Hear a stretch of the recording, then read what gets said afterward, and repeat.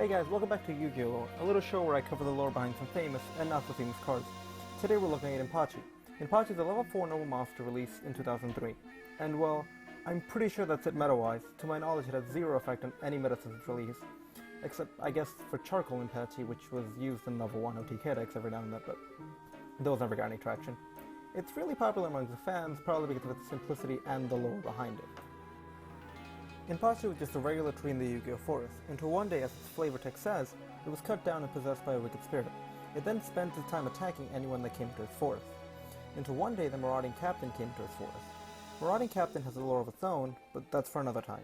The two battled and ultimately Marauding Captain defeated him in double attack. He managed to survive though, and later got into another battle with Chopman the Desperate Outlaw.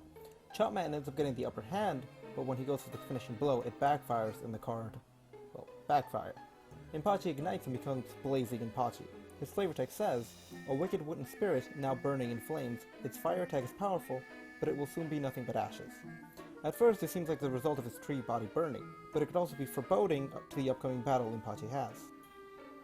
Here Inpachi's story ties together with that of another normal monster called Gaigo.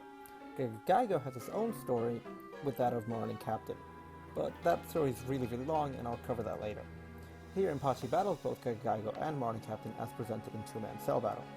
At one point in this battle, Inpachi blasts Gaigo, but Marauding Captain steps in the way in My Body is Shield. Gaigo and Marauding Captain end up defeating Inpachi and he becomes Charcoal Inpachi. Here comes in Kozuki. Kozuki is a scientist in the Dark World lore who was ultimately overtaken by science and collapsed. He found the remains of Inpachi and used technologic skills to modify his body, ultimately creating Woodborg Inpachi as a play on Cyborg. He's a Woodborg. You can see Kozuki in the back of the corner. His new armor is reflected in that of the stat line of 2500 defense. Inpachi's story concludes in the trap card Kickfire, when in another battle Inpachi is kicked and blows up. Thus ends the long series of defeats that was Inpachi's life.